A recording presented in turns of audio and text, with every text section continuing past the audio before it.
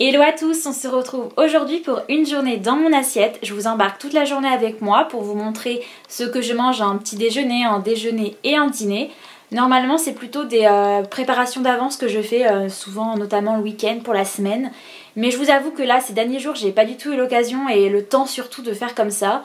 Donc je me suis dit que c'était l'occasion de vous tourner cette vidéo pour vous montrer comment je m'organise dans ma journée quand j'ai pas de préparation d'avance de repas. Comment je fais avec les ingrédients que j'ai dans mon frigo pour faire des recettes toujours que j'aime, qui me font plaisir et qui sont aussi quand même équilibrées. Je vais vous montrer tout ça à travers cette vidéo. N'hésitez pas si vous avez des idées d'autres vidéos comme par exemple préparer comment je fais pour préparer mes repas d'avance ou les tops de mes placards que j'ai toujours en indispensable. N'hésitez pas, mettez-moi un petit commentaire pour me faire des suggestions, c'est avec plaisir que je vous ferai ces vidéos là. Et puis c'est parti, je vous embarque avec moi.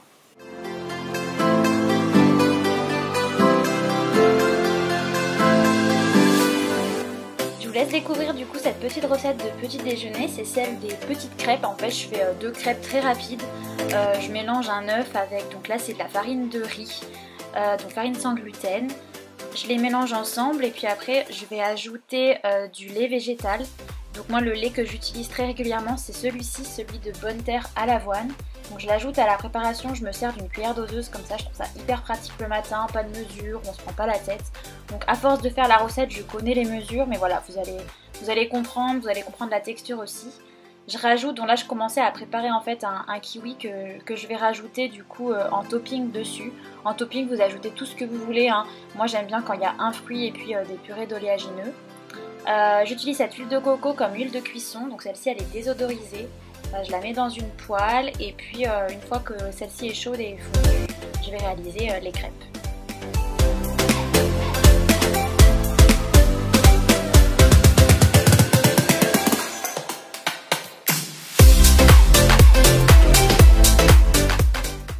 Donc j'obtiens deux crêpes et pour mettre à l'intérieur des crêpes j'utilise de la purée d'oléagineux. J'ai choisi la purée de noisettes. Mais également j'avoue que dans ma deuxième j'ai craqué ce matin là et j'ai mis aussi un petit peu de pâte à tartiner sans huile de palme. Et puis des amandes, vous pouvez mettre des noisettes, enfin tout ce que vous voulez. Et aussi j'ai ajouté le kiwi et voilà ce que j'obtiens.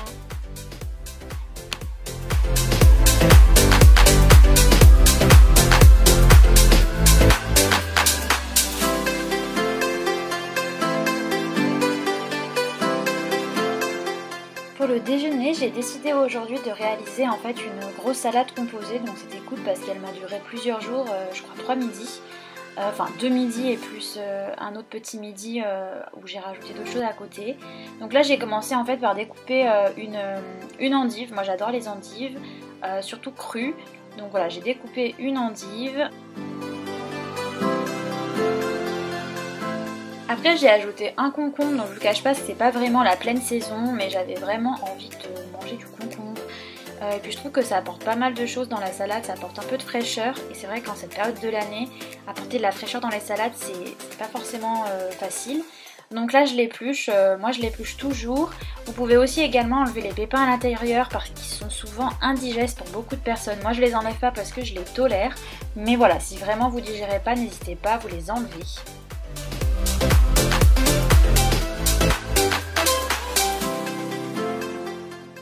La partie restante du concombre, parce que j'ai mis vraiment que la moitié, je l'emballe dans un bivrac. Je vous recommande les yeux fermés, les bivracs, c'est génial cette invention. Ensuite je prends un avocat, donc un avocat bien mûr, un peu trop mûr même qu'il était, dommage. Mais c'est pas grave, j'ai retiré l'excédent de tout ce qui était un peu noir et du coup pas très bon, je l'ai enlevé. Donc j'ajoute un avocat à la salade.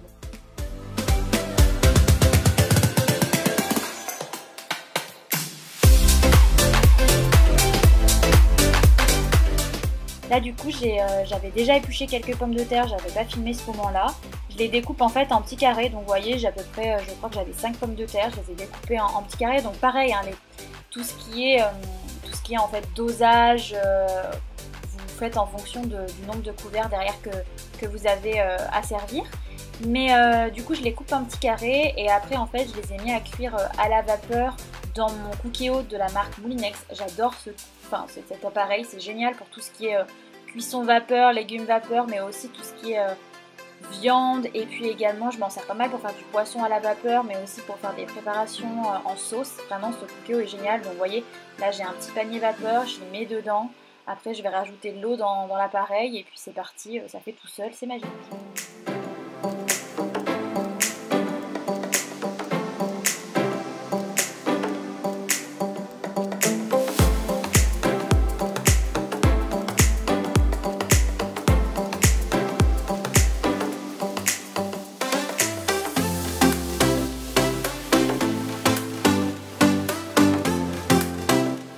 Après avoir ajouté des petits cornichons, je trouve que ça relève pas mal. J'ajoute voilà, des filets de sardines, donc j'adore ceux-là, ces sardines grillées, mais vous pouvez aussi prendre du maquereau, du thon. Moi j'aime beaucoup apporter, c'est quand même la protéine, c'est un apport en protéines qui est assez important. Et puis c'est vraiment un ingrédient mais hyper riche en oméga, enfin je vous recommande vivement tout ce qui est poisson gras. Donc j'y ajoute voilà, dans le saladier. Et puis derrière je vais ajouter de la feta. Alors la feta, j'adore cette marque, feta grecque. Alors par contre la feta j'en ai pas ajouté beaucoup parce que vous savez peut-être déjà, mais je tolère pas vraiment le lactose. Je peux un petit peu en mettre de temps en temps dans mes salades, mais voilà, j'en abuse pas, donc j'en ai mis un petit peu, ça se fond bien et puis ça apporte quand même quelque chose.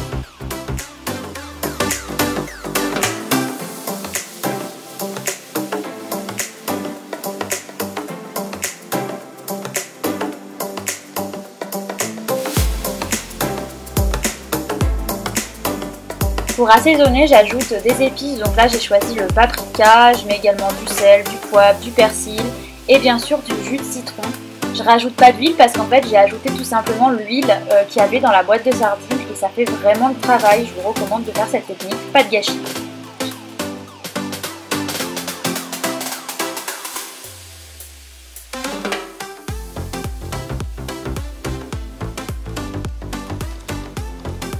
Après chaque repas de midi, j'avoue, je craque souvent pour un petit carreau de chocolat noir.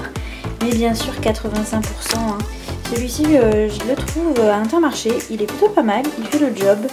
Sinon, j'aime bien prendre la marque Bonne Terre en magasin bio. Mais voilà, 85%, un petit carreau avec le café après le repas du midi. Ça y est, journée bien avancée. On est parti pour faire le dîner un petit peu en avance. Il est 18h30 mais je vais commencer en fait à le préparer parce que j'aime bien, au moins il y aura de la lumière, ça sera beaucoup plus simple.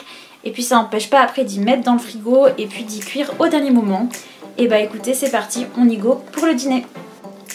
Du coup pour ce soir, pour le dîner, je vais préparer un gratin un peu à l'improvisation mais avec des saveurs que j'adore, qui vont très bien ensemble. Je vais faire ravioles, chorizo, épinards et puis bien sûr je vais mettre du coup ma superbe crème de riz, voilà, ça c'est ma préférée, la soy. Les épinards, c'est des épinards frais en fait que j'ai blanchis ce matin. Donc tout simplement pour les blanchir, vous les mettez soit dans l'eau bouillante, vraiment quelques instants et ils vont faire comme ça. Moi je les ai fait à l'autocuiseur, c'est plus rapide, mais on peut aussi les faire à la poêle avec un peu d'huile, c'est sympa aussi. À la base j'avais 1 kg d'épinards frais et voilà ce que j'obtiens après réduction. Donc 1 kg c'était, vous voyez, un énorme sac. Le maraîcher m'avait donné un énorme sac et les épinards, il faut savoir que ça réduit énormément et voilà, ça se conserve pas tellement non plus, donc c'est pour ça que je vais en passer une partie, je vais pas tout mettre aujourd'hui mais je vais en passer une partie dans le gratin et ce qui va rester je l'utiliserai dans une autre recette. Je pense que dans la semaine il va me rester du chorizo aussi, donc, parce que je vais pas tout mettre non plus, donc dans la semaine il me restera ça et ça et du coup je ferai sûrement un cake, vous voyez, ce genre de choses. Un produit, ça fait plusieurs recettes.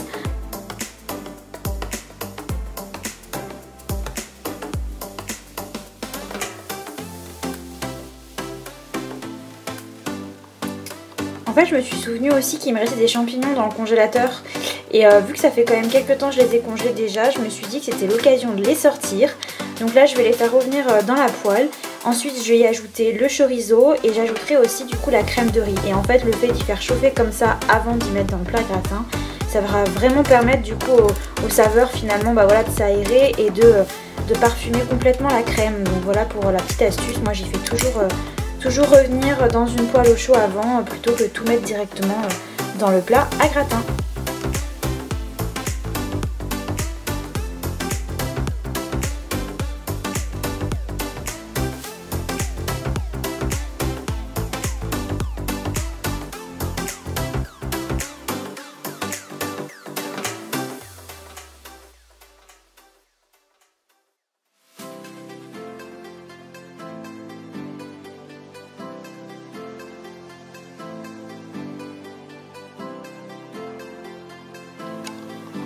Vous voyez, j'ai mis dans un plat à gratin à peu près de cette taille. Encore une fois, si vous êtes plus nombreux à la maison, vous pouvez modifier, doubler les quantités comme vous voulez. L'idée c'est voilà, c'est de mettre les épinards en fond de gratin. J'ai rajouté un petit peu de sel parce que là ils étaient vraiment pas du tout assaisonnés. Pour mettre du poivre aussi, des petites épices, enfin, c'est vraiment, il faut vraiment s'écouter et faire selon les goûts qu'on aime en termes d'assaisonnement.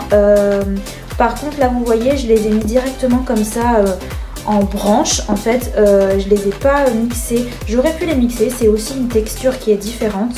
Moi j'avoue que je les aime bien comme ça, j'aime bien avoir de la consistance, donc je les ai laissés comme ça. Mais si vous aimez pas trop cette texture, n'hésitez pas, voilà, vous les passez dans un petit mixeur et ça fera le travail aussi. Je vais prendre les ravioles là et en fait je vais faire des couches, donc je vais faire couche d'épinards. Je vais ajouter ma préparation que j'ai fait revenir à la poêle, la moitié, une couche de ravioles, une couche d'épinards, une couche de ma préparation à la poêle, donc chorizo, crème, etc. Et en fait on finit par les ravioles. Après pour faire gratiner, vous pouvez rajouter par-dessus quelques petites noix de beurre ou du gruyère ou du comté ou tout ce que vous voulez. Moi je vais peut-être rajouter un tout petit peu de gruyère, mais vous savez très très léger parce que avec mon intolérance au lactose je m'amuse pas trop à rajouter trop de fromage de partout. Mais le gruyère c'est plutôt globalement toléré, enfin moi je le tolère plutôt en petite quantité, donc voilà, histoire de dire pour faire gratiner. Mais voilà, allez je vous fais ça.